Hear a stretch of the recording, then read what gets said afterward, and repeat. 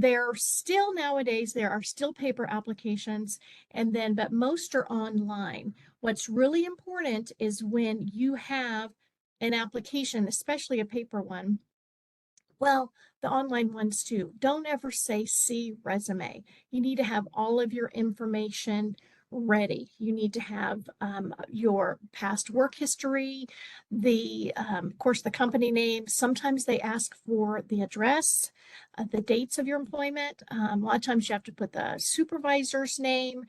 So it's important to have all of that information to keep that on hand. Always read the directions, read the job description, the application very carefully.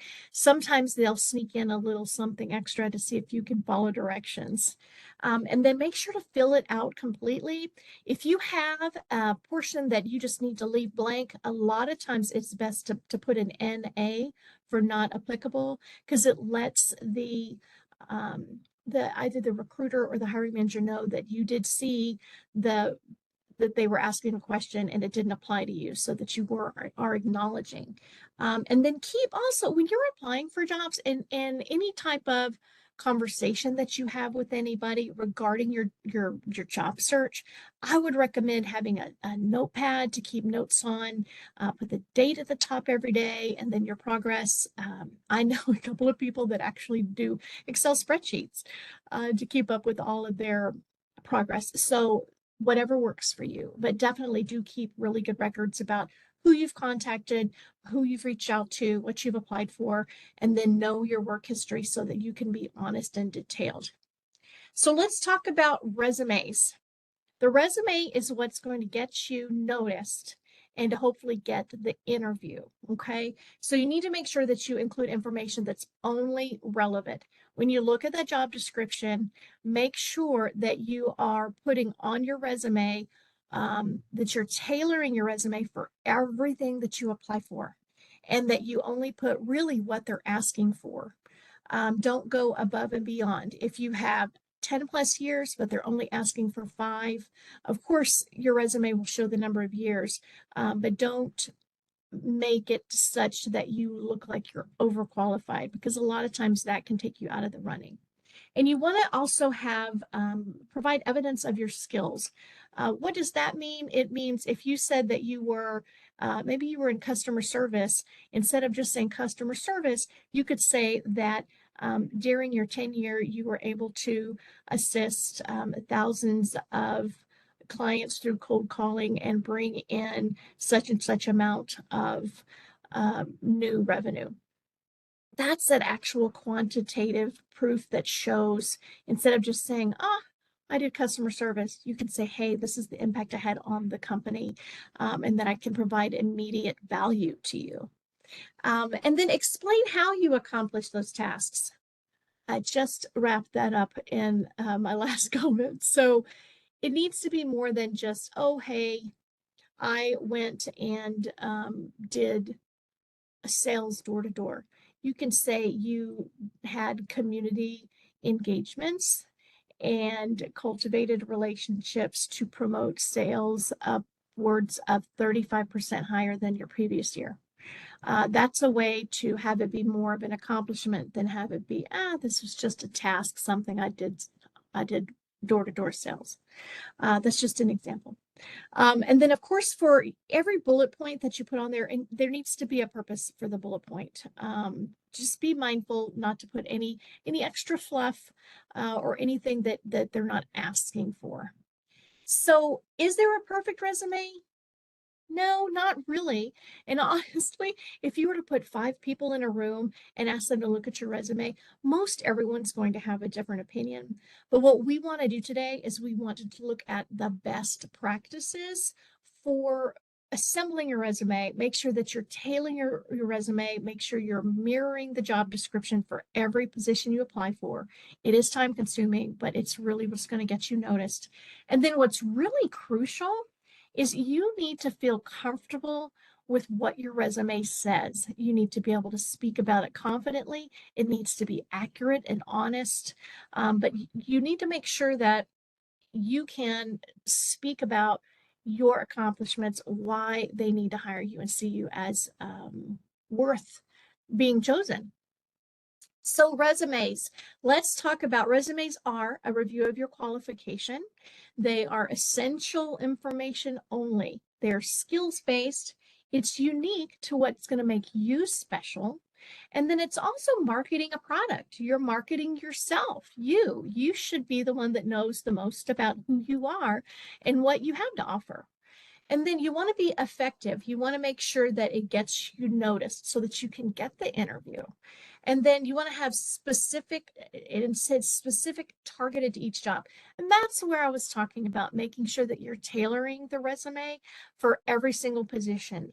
You want to, I told someone the other day, it was almost plagiaristic to where you want to take the actual verbiage from the job description and put that into your resume. AI is really common nowadays, and some companies are using AI specifically before a human being ever even sees your resume or lays hands on it.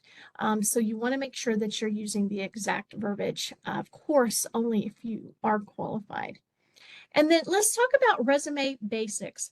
So you do want to keep it brief. That's where you want to make sure that, again, you're not doing extra fluff. If they're asking for specific information, if they're asking for you to be qualified in a specific area, and you do have those skills, for you to be able to state that on your resume and not put anything else that's not applicable. And then you want to make sure that, I like how it says preview of coming attractions. It's a little snippet into who you are and what you have to offer, and it's to entice them to say, hey, we want to connect with this person. So your goal is to get the interview, and then get the job. So this is really a fun slide. So this says it's the visual impact. Now, when you look at this, there's the different color patterns. There's a little bit of the kind of the bluish purple. There's some yellow and red. So the red parts are hot. That's the main point where the focus is on. This is an example of a recruiter when their eyes are going across the resume and they're looking at information, and the red notates the longest amount of time that they spent looking at that material. Now, if you look at the resume on the left, you can see it's just a big block. It's like War and Peace. It's a novel. And so they do a little, they're checking out the top, and then they kind of become disinterested towards the middle. But then if you look at the one on the right, there's bullet points. It's precise. And you can see that they're looking, and then at the bottom, they're really digging in. So that's where you want to make sure that what you're putting down is it's applicable, it's impactful, that you're not putting a lot of extra, just the relevant details to capture their interest so that they'll call you or email and say, hey, let's connect.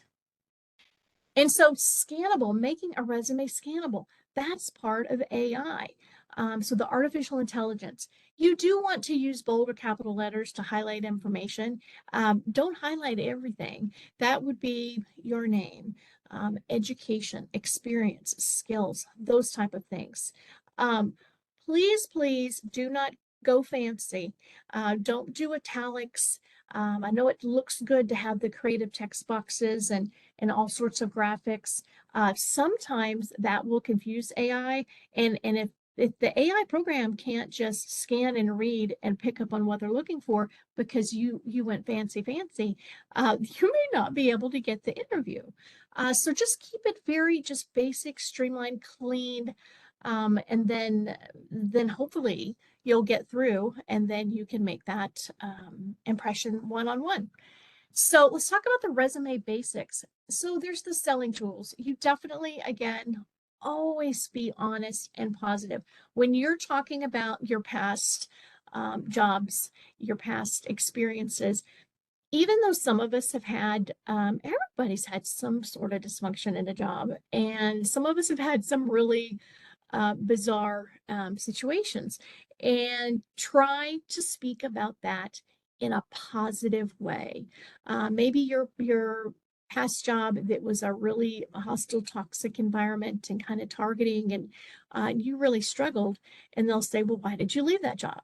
And that's the opportunity where you can say, well, I had been there, I'd been able to learn and gain new knowledge, new skills, worked on my communication and relationships, and felt it was time for me to take what I had gained and my knowledge and expertise there and bring it to a new organization to continue to evolve and fine tune my skills.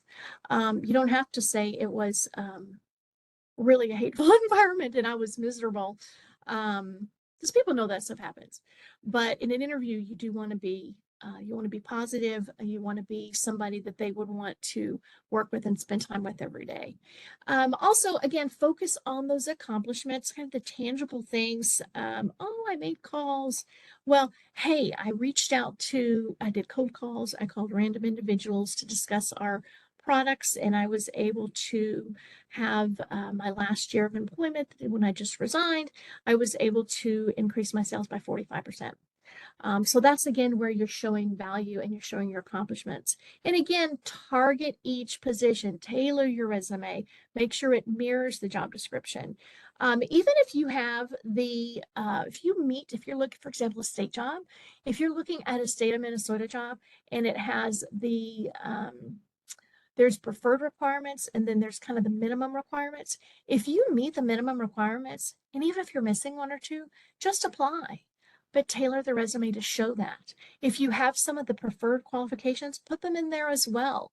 I saw I don't remember where I saw it, but recently there was a study that said that men will apply for jobs where they only meet 70% of the qualifications, while women wait and they'll only apply if they meet 100. Go ahead and apply. If you meet most of the minimum, go for it. But tailor your resume each time. Take the time. And then if you're overqualified, years ago, you could send out a general resume and it could just have everything that you've done, your skills, and people would look at that and they'd say, wow, not only can you do this job, but then you could also be a utility player and grow and develop.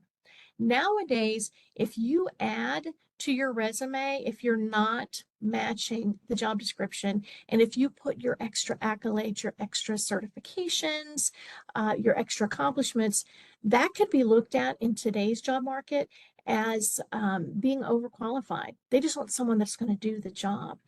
And then make sure that when you do see a job that's appealing to you, please research the company. You need to research the company, look at their values, look at their goals. Does it match your character and your work ethic? And then you can also pepper that information into your resume so that you can show that you're like-minded, and also in your cover letter. So what are the resume basics? So you want to choose your format. There's so many different, there's the chronological, we're going to show you examples of those, and we're going to email those to you in our follow-up email. And this is really crucial too. The top third, that little top chunk of your resume, it's really your showpiece. That's where you need to say, hey, look at me.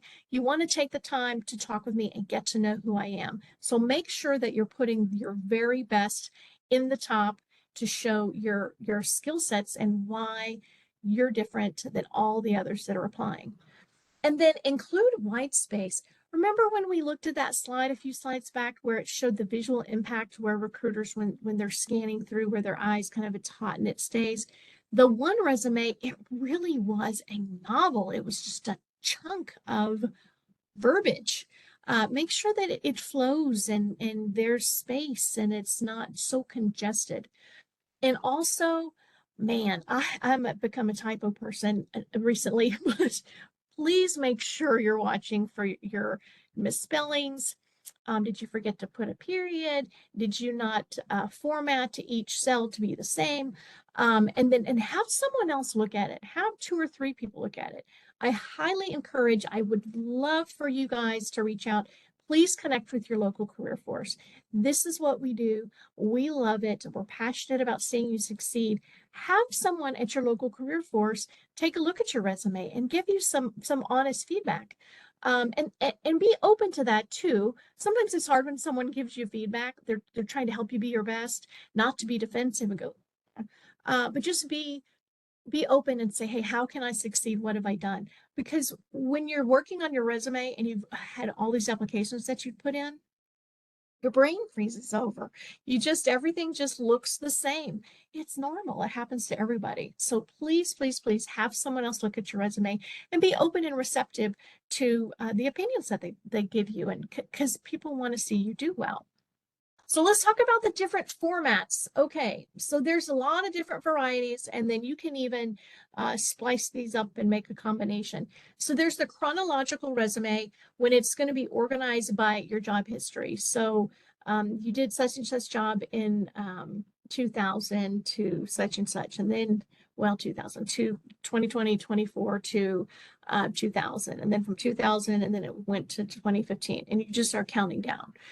There's a functional resume, which is basically skills-based, and it's going to show the skills that you have that are going to allow you to take on this new role that you're applying for and perform it with excellence.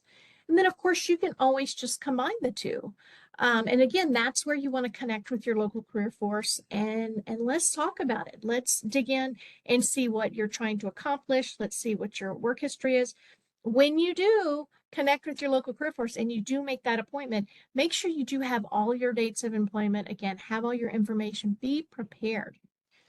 So whichever format you use, it's important that you choose a format that's going to tell your story. You need to feel comfortable with it, because you're the one that's going to have to explain and articulate and make your work history relatable for the position that you're going for. And then no matter what the format, you have to, I know I'm saying it over and over again, you have to target your resume, tailor your resume, make sure your resume matches and mirrors the job description, what they're looking for. Of course, only if you're qualified. Okay, so this is an example. Let's take a look at this. This is an example of a chronological resume. Hello, Sheila. Yeah, so Jack, before you start that, there is a question. Okay. What size font should you use? And is it okay to use a different size font for the headers? Oh, that's really great. So resume should be 1 to 2 pages, ideally. I would say a font of probably 11, 10, 11, 12. It depends. I probably wouldn't go over 12.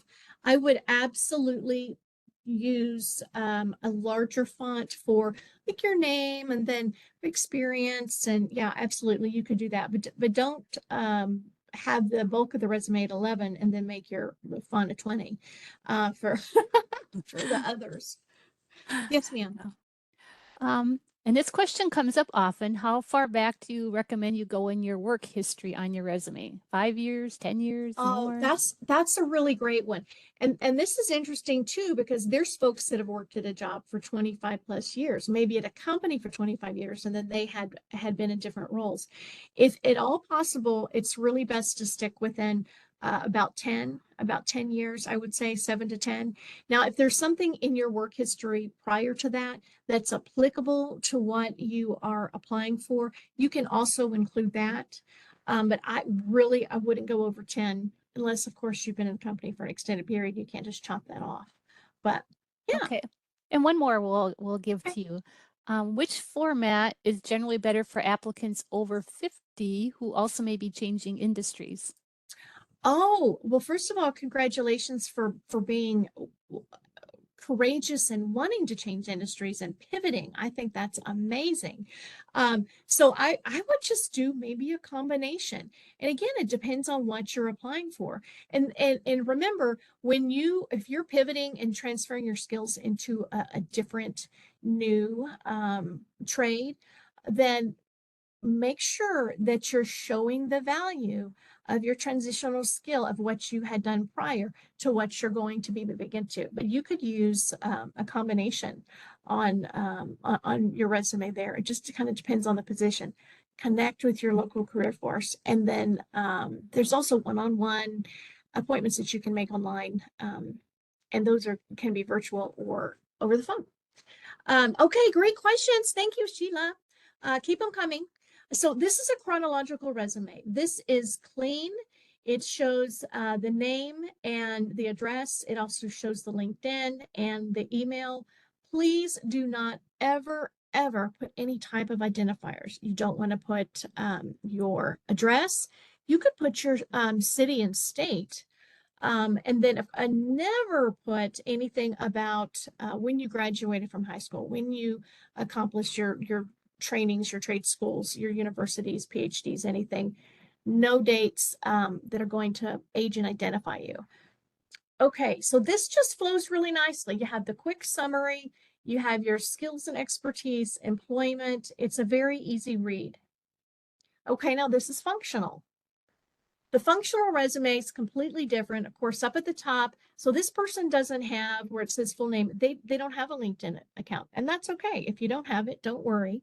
And then it just has the quick objective, and then it talks about their qualifying highlights. What are their accomplishments? So the difference here with the functional resume is you're saying, these are my skills. This is what makes me the person that you should select because I have the talent and the background to be able to jump in and provide an immediate impact.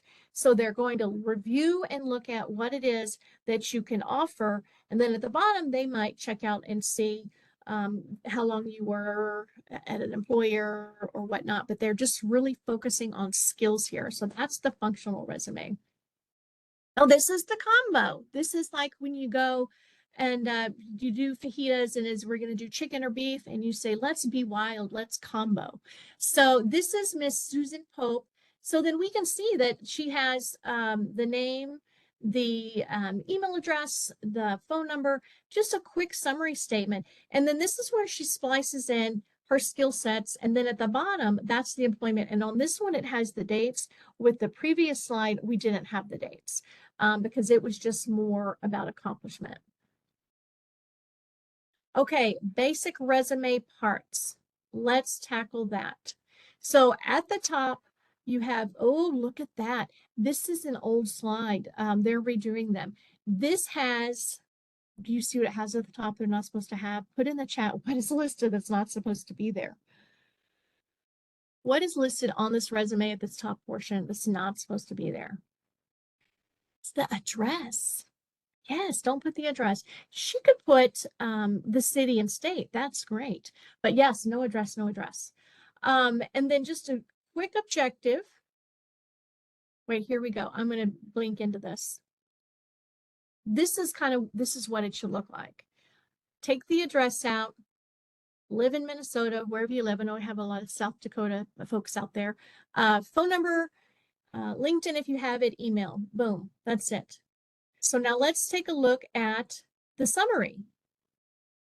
The objective, they have been a mechanical engineer. That's their forte. That's what they do. The summary, the creative and motivated engineer with more than 10 years.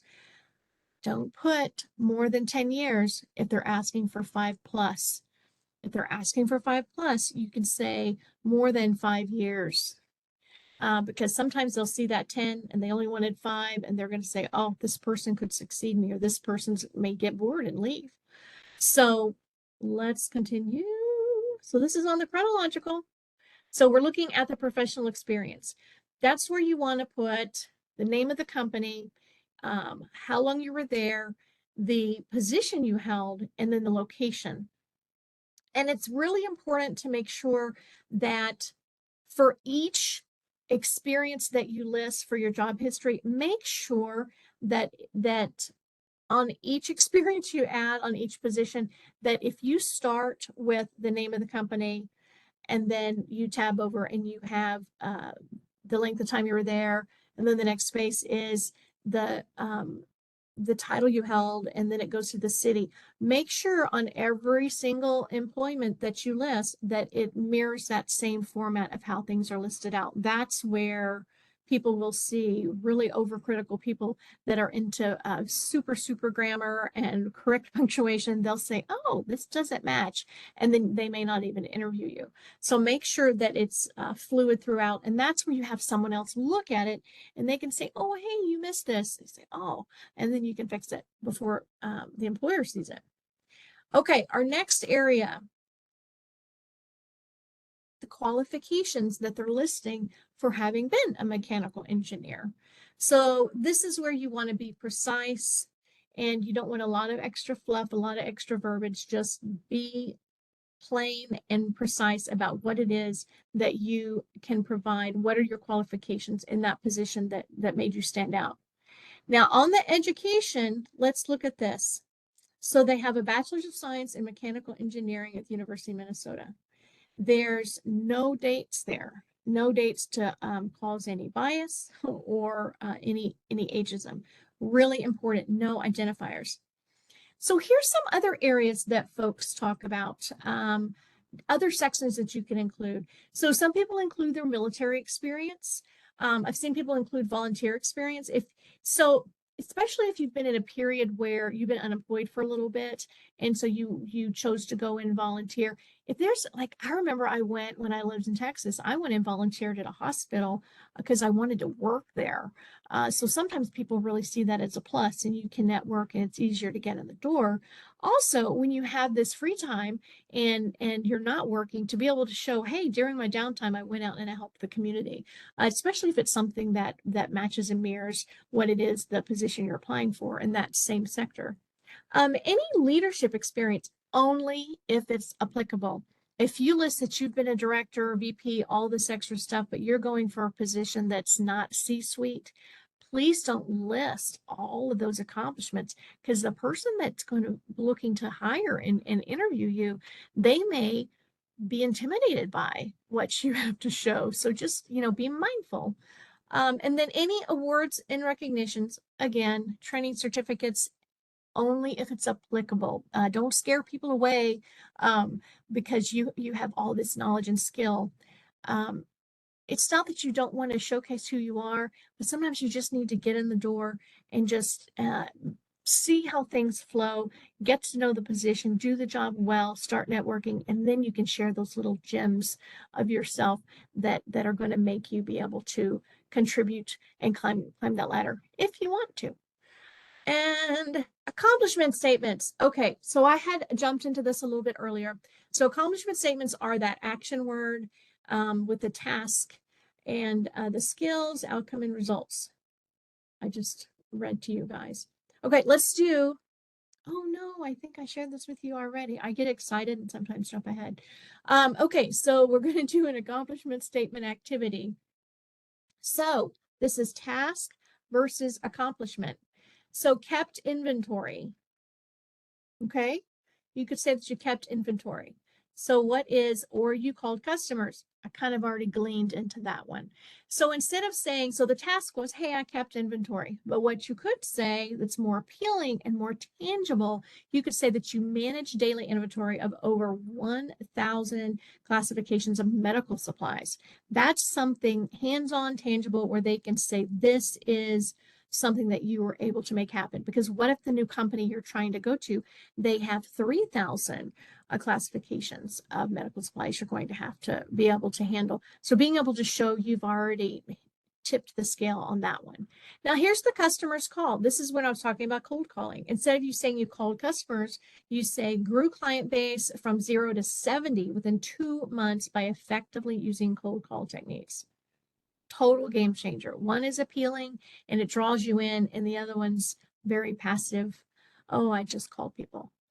And then we want to look at a cover letter. Oh, I'm going to say the cover letter real quick, okay? So some people, there's a lot of hit or miss with opinions on cover letters. For example, with the state of Minnesota, when you apply, it does have a section where you upload your resume, and then it gives you the option to upload a cover letter. If there's the option to upload that, I would absolutely put together a cover letter. And then when you're applying for a position, if for example, with the state, at the bottom of a job posting, it'll tell you who their recruiter is and either their phone number and or email. I would reach out to those folks and say, hey, I'm applying for such and such job. Can you tell me who the hiring manager is so I can address my cover letter? If you were to address your cover letter, and then maybe the person didn't even care about cover letters, but then they happened to look through and they saw their name, and you're the only one that did it out of all the other people they're looking at, they're going to say, hey, attention to detail, intuitive. And the person that they're trying to hire may be replacing somebody who didn't have those skills. So that's just something to consider. Oh, Sheila, come back. I'm sorry. Wanted to complete my my cover letter blurb. First of all, can you back up to the slide with the accomplishment statement, the blackboard? Somebody wanted to see how that was set up. There, yep. Ta-da! Just Okay. so they can see how to set up their accomplishment statement. And since that is up there, we had a question a little bit ago about, you had mentioned using revenue figures to write an accomplishment statement. Mhm. If you don't know the exact revenue figures, how can you use that in an accomplishment statement? That's really great, Sheila. Just do your best. Do a rough estimate. Don't make it so rough that you're just really embellishing, but just do a rough estimate, and just put it out there as best as you can to be as accurate as possible. But I Yeah. don't think anyone's going to hold you to the fire. Now, there's some companies where if you're a salesperson, that's your profession, you would know your numbers. So, and that's something where they would want to know. But there's others where, yeah, you can just come to do your best to guesstimate. Yeah, and I recommended you could use words like increased or approximately, if you're Yeah. not exactly sure. Um, and then there's questions about, the summary statement, and someone wants to know what's the point of having a summary statement? Is it for AI purposes so they can pull out, the keywords out of the database for your resume? Wow, that is the million-dollar question. I am not sure how AI is formulated. I would say an accomplishment statement, an objective isn't necessary. Some people are still using them, some are not. Anything, so when you have your cover letter, that's going to provide information that's not on your resume.